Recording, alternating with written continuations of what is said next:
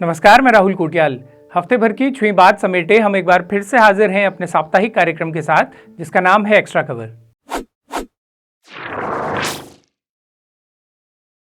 होली अभी आने को है, लेकिन हमारे नेताओं के लिए रंगमत्त होकर हुलैर बन जाने का सिलसिला कई दिनों पहले ही शुरू हो चुका है। कमाल देखिए कि जिन नेताओं के बारे में दावा किया जाता है कि उन्होंने 5 साल में बल एक दिन भी छुट्टी नहीं ली, वो नेता बीते एक हफ्ते से होली खेल रहे हैं। कभी लोग होली खेलने उनके घर आ रहे हैं, तो कभी नेताजी लोगों के घर जा जाकर होली खेल रहे हैं। अब आप लोग परेशान होते रहिए कि इस बार होली हफ्ते के बीचों बीच पड़ रही है, तो सिर्फ एक दिन की छुट्टी में आप अपने घर गांव भी कैसे ही जा सकेंगे। चिंता मत कीजिए, आपके बदले की कसर भी नेता लोग भरपूर पूरी कर रहे हैं, जो बिना एक दिन की छुट्टी लिए बीते एक हफ्ते से होली मना रहे हैं। वैसे होली से याद आया, कुछ साल पहले तक होली के मौके पर कई अखबार और टीवी चैनल विशेष कार्यक्रम या विशेष अंक निकाला करते थे। अमूमन इन कार्यक्रमों का शीर्षक बुरा न मानो होली है इसी तरह का होता था, लेकिन इसकी आड़ में अखबार नेताओं और सरकार की जमकर खिंचाई किया करते थे।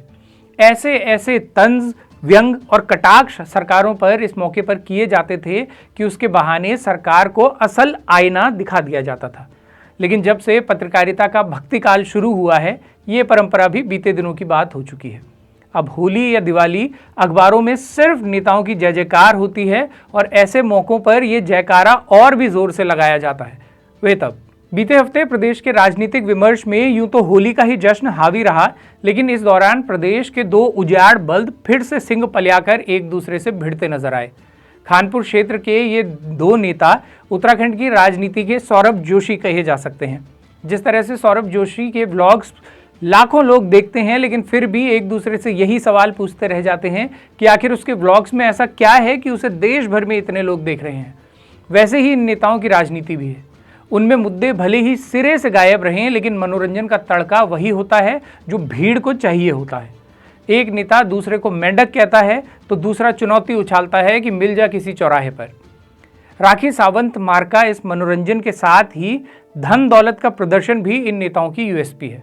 जिस तरह से सौरभ जोशी की नई नई गाड़ियां और करोड़ों की कमाई लोगों के लिए कौतूहल का विषय होती है और उसे खूब व्यूज दिलाती है, वैसे ही इन दोनों नेताओं का भी है। दर्जनों गाड़ियों की फ्लीट, प्राइवेट चॉपर का सफर, नेताओं अभिनेताओं का साथ इनकी यूएसपी बन जाता है, और बड़ी संख्या में लोग इनके इसी शो ऑफ पर बलिहारी जाते हैं। सौरभ जोशी तो फिर भी सिर्फ एक इन्फ्लुएंसर हैं, जिन्होंने न तो जनता से कोई वादे किए हैं, न कोई सरकारी वेतन पाते हैं, और न ही प्रत्यक्ष तौर से उनकी कोई जवाबदेही जनता के प्रति बनती है। बल्कि एक लिहाज से तो वो देश और प्रदेश के कई इन्फ्लुएंसर्स से बेहतर ही हैं कि उनके कंटेंट में कोई अश्लीलता नहीं होती। लेकिन इन नेताओं की हरकतें अश्लील होने के साथ साथ आपराधिक तक होती हैं, फिर भी ये नेता पूरी निर्लज्जता से प्रदेश के मंत्रियों और मुख्यमंत्रियों के चहेते बने रहते हैं। इनकी हालिया चर्चा एक वीडियो से शुरू हुई, जिसमें पूर्व विधायक कुंवर प्रणव डांस कर रही एक युवती पर पैसे लुटाते नजर आए। उनके इस वीडियो पर जब विपक्षी दल यानी कांग्रेस ने सवाल उठाए, तो उन्होंने कांग्रेस की 20 साल पुरानी पत्री बांच दी कि बल तब मुंबई में कांग्रेस नेता गणेश गोदियाल ने एक पार्टी दी थी और उसमें कई नेता लड़कियों के साथ नाच रहे थे। इस पर फिर गणेश गोदियाल ने सफाई दी, और उन्होंने भाजपा अध्यक्ष महेंद्र भट्ट का नाम भी लिया कि वो भी वहीं मौजूद थे, उनसे भी सब पूछा किए। तो भट्ट जी ने इस पर गोलमोल जवाब देते हुए बात को टाल दिया।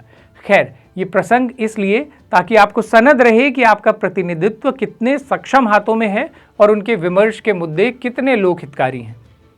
बीते हफ्ते प्रदेश में चर्चाएं ऐसे ही फुंडधुलिया नेताओं की रही, जबकि वो तमाम मुद्दे छोटी छोटी खबर बनकर गायब हो गए, जिन पर कायदे से सबसे ज्यादा विमर्श होना चाहिए था। ऐसी सबसे बड़ी घटना तो थी देहरादून के मालदेवता क्षेत्र की, जहां खनन में लगे एक डंपर की चपेट में आने से एक नाबालिग बच्चे की मौत हो गई। खनन प्रदेश के सबसे विवादित मुद्दों में से एक है, जिसमें हर रोज जमकर धांधली हो रही है, करोड़ों का काला धन पैदा हो रहा है, जमकर लूट मची हुई है। लेकिन सरकार के घोषित अघोषित पैरोकार अपनी सारी ऊर्जा झोंके रहते हैं कि इस मुद्दे पर कभी ठीक से विमर्श न हो, और हर सवाल के जवाब में एक ही तर्क ठेल दिया जाए कि खनन से प्रदेश का राजस्व बढ़ रहा है। राजस्व बढ़ा भी है, लेकिन इस बढ़ते राजस्व में 2 नंबर का राजस्व कितना बढ़ चुका है, इस पर कभी बहस नहीं होती। ऊपर से खनन में शामिल ठेकेदारों की मनमानी के किस्से ऐसे ऐसे हैं कि खुद भाजपा नेता तक कई बार इससे भुगत चुके हैं। मुन्ना सिंह चौहान का वो किस्सा अभी ज़्यादा पुराना नहीं हुआ जब उन्होंने इस बारे में खुद मौके से वीडियो बनाते हुए पुलिस तक से सवाल किए थे कि क्या तुम्हारा महीना बंधा हुआ है। खनन में दौड़ रहे डंपरों से हुई ये कोई पहली मौत भी नहीं है। खनन कारोबारियों के हौसले इतने बुलंद हैं कि वो किसी पर भी हमला कर देते हैं। पिछले ही हफ्ते का ये वीडियो देखिए। ये देहरादून के विकासनगर क्षेत्र का वीडियो है जिसमें खनन में शामिल लोगों ने चक्राता वन प्रभाग के एसडीओ और उनकी टीम को ही खुलेआम खींच दिया। सूचना है कि वन विभाग वाले खनन को रोक भी नहीं रहे थे, सिर्फ वीडियो ही बना रहे थे, लेकिन इसके बाद भी उन्हें खनन कारोबारियों ने दौड़ा कर भमका दिया। ये स्थिति है प्रदेश के कानून व्यवस्था की कि खनन कारोबारियों के लिए सरकारी अधिकारियों को खुलेआम गमजा देना इतना आसान हो चुका है।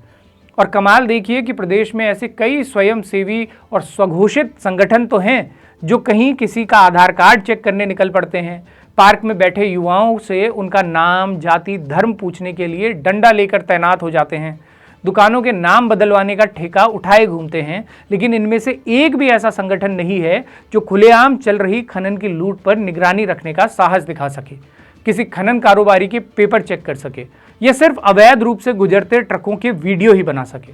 ये संगठन भी उन फुल टाइम यूट्यूबर और पार्ट टाइम आईएएस अधिकारियों की तरह हैं जो पान बीड़ी की गुमटियों और टपरियों वालों के यहाँ तो औचक निरीक्षण करने पहुंच जाते हैं, लेकिन कभी किसी खनन पट्टे तक नहीं पहुंच पाते जहां से रोज करोड़ों का कालाधन बनाया जा रहा है।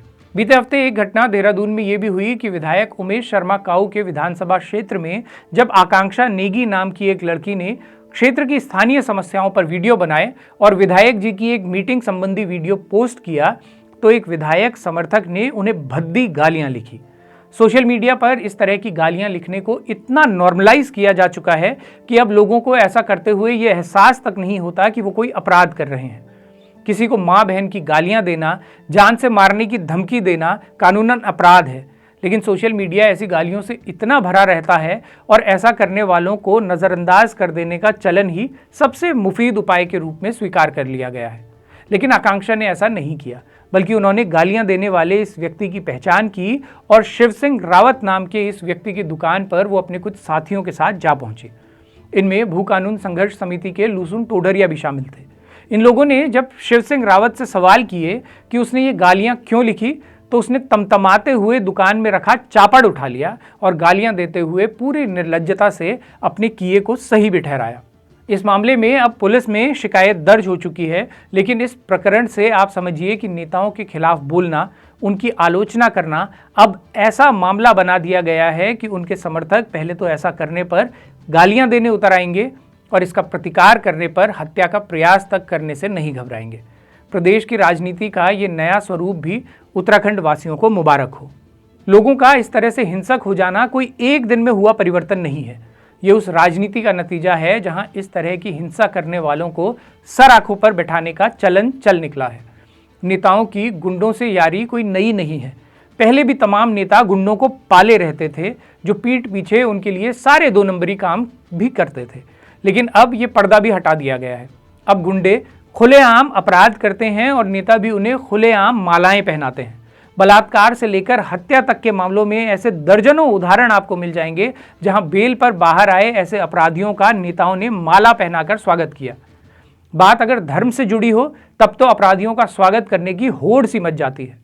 अपने धामी जी को भी देखिए, बीते दिनों वो जहां कहीं भी गए उन्होंने कोटद्वार की घटना का जिक्र बार बार करते हुए यही दोहराया कि अपने नाम के आगे मोहम्मद लगाने वाले लोग बांटने का काम कर रहे हैं। उन्होंने इसके बहाने उसी हिंदू मुस्लिम राजनीति को साधा जिसके लिए भारतीय जनता पार्टी जानी ही जाती है। भाजपा के तमाम लोग अब यही नैरेटिव भी बनाने की कोशिश कर रहे हैं कि कोटद्वार के दीपक ने अपने नाम के आगे मोहम्मद लगाया, इसलिए कांग्रेस के सर्वे सर्वा राहुल गांधी तक ने उन्हें मिलने बुला लिया। और इससे यह साबित होता है कि कांग्रेस मुस्लिम परस्त पार्टी है। ये बात सही भी है कि कांग्रेस ने अल्पसंख्यक तुष्टीकरण या सीधा कहें तो मुस्लिम तुष्टीकरण की राजनीति खूब की है, लेकिन कोटद्वार के प्रसंग में मटर के दाने जितनी अक्ल रखने वाला व्यक्ति भी ये समझ सकता है कि उस दिन दीपक ने जो किया वही न्याय सम्मत भी था और धर्म सम्मत भी। एक बुजुर्ग व्यक्ति पर जबरन उसकी दुकान का नाम बदलने का दबाव डाल रही एक भीड़ के आगे दीपक ने जरूरी हस्तक्षेप किया और तब नाम पूछे जाने पर तैश में जवाब दिया कि मेरा नाम मोहम्मद दीपक है। उनके इस जवाब ने उस पूरी भीड़ को लाजवाब कर दिया था और फिर पूरे देश में भी उस हस्तक्षेप की चर्चा हुई। लेकिन अब मुख्यमंत्री के बयानों और उनके चकड़ैतों के तर्कों को सुनिए। वो बार बार ये दोहरा रहे हैं कि इस घटना से कोटद्वार का नाम खराब हो रहा है और इसे अब मुद्दा नहीं बनाना चाहिए। इसमें वो ये नहीं कह रहे कि 25-25 रुपए का गमछा लटकाकर हिंदू धर्म की ठेकेदारी उठा लेने का जो चलन चल पड़ा है, असल में वो शहर का, प्रदेश का और सनातन धर्म का भी नाम खराब कर रहा है। उनकी स्वघोषित ठेकेदारी को कोई चुनौती दे, कोई हस्तक्षेप करे तो नाम खराब हो जाता है। बल वाह क्या बुनतब। बीते हफ्ते की खबरों में ये भी शामिल रहा कि उत्तराखंड अर्ध कुंभ की तैयारियों में जुटा हुआ है, जिसके निरीक्षण के लिए अगले हफ्ते देश के गृह मंत्री अमित शाह भी यहां पहुंच रहे हैं। कुछ आंकड़ों की बात करें तो इस दौरान मुख्यमंत्री धामी ने 234 करोड़ के प्रोजेक्ट्स की यहां नींव रखी और इसके अलावा इस आयोजन के लिए केंद्र सरकार से भी 500 करोड़ की स्वीकृति मिल चुकी है। इसमें घाटों का निर्माण, सड़क और परिवहन व्यवस्था, पानी की व्यवस्था और यात्रियों के लिए अन्य जरूरी व्यवस्थाएं जुटाना मुख्य है। अगले हफ्ते गैरसैंण में विधानसभा का सत्र भी शुरू होना है, जहां से इस दौरान ये भी खबरें आती रही कि माननीयों के लिए बिजली व्यवस्था दुरुस्त करने के फेर में वहां 2 दिनों तक बिजली गायब रही और बोर्ड परीक्षा देने वाले छात्र बिना बिजली के ही अपनी तैयारियां करने को विवश रहे।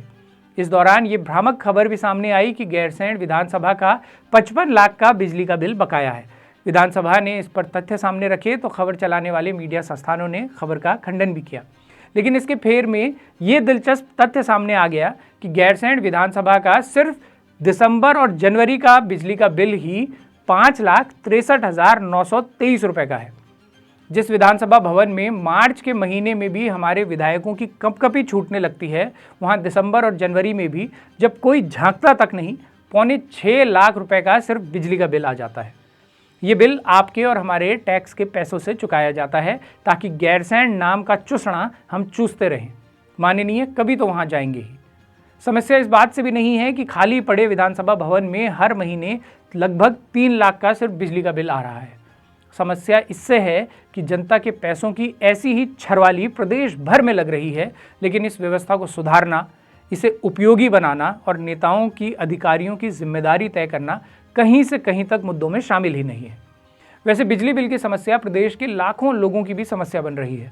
सरकारी व्यवस्था में तैनात लोग ही बताते हैं कि उनके पास प्रतिदिन सैकड़ों शिकायतें इसे लेकर आ रही हैं। इनमें कई मामले तो ऐसे हैं जहां लोग खुद से बिजली बिल मांगने के लिए आवेदन तक कर रहे थे, लेकिन पहले तो उन्हें महीनों तक बिल नहीं दिए गए और फिर बाद में मनमाने अंदाज में लाखों का बिल थमा दिया गया। इसमें कोई अतिशयोक्ति नहीं है कि प्रदेश में कई ऐसे लोग हैं जिन्हें बिजली का बिल हजारों में नहीं, लाखों में भुगतान करने के लिए थमा दिया गया है। बीते हफ्ते एक अतरंगी पोस्ट प्रदेश भाजपा के आधिकारिक हैंडल से भी सामने आई, जहां हल्द्वानी में खुले एक निजी अस्पताल को विकास की नई ऊंचाई बताते हुए भौंकुच फरका देने का श्रेय हमारे मुख्यमंत्री जी को दिया गया। ये कमाल है कि खांटी मुनाफे के लिए चलने वाले निजी अस्पताल के खुलने को भी सरकार की उपलब्धि बताया जा रहा है। 5 स्टार अस्पताल, जहां अच्छी खासी कमाई करने वाले लोग भी बिना मेडिकल इंश्योरेंस के दाखिल नहीं हो पाते, उसका हल्द्वानी में खुलना अमृतकाल में सरकार की उपलब्धि हो चुका है। बाकी उत्तराखंड में स्वास्थ्य सेवाओं की स्थिति सुधारने की दिशा में सरकार ने कुछ पहले ही फरका दिया था, बाकी अब इस अस्पताल के खुलने के बाद फरका दिया गया है। तो सरकार की ऐसी ही उपलब्धियों का परचम बुलंद रहे। बहरहाल, रंगों के त्योहार होली की आप सभी को ढेर सारी शुभकामनाएं और ढेर सारी बधाई। तो ये था इस हफ्ते का एक्स्ट्रा खबर। 12 मासा के कार्यक्रम अगर आपको पसंद आते हैं तो हमें मजबूत करने में अपना योगदान भी दें। इसके लिए आप हमारे चैनल की पेड मेंबरशिप ले सकते हैं, सुपर थैंक्स के माध्यम से हमारा सहयोग कर सकते हैं, या फिर स्क्रीन पर नज़र आ रहे QR कोड और UPI ID के जरिए सीधा भी सहयोग कर सकते हैं। बाकी अपने सुझाव या एक्स्ट्रा खबर से निकलती कोई खबर आप हम तक पहुंचाना चाहते हैं तो इस मेल ID पर लिख भेजिए। अगले हफ्ते फिर से होगी मुलाकात। तब तक के लिए सिमनिया, पहलाग, नमस्कार।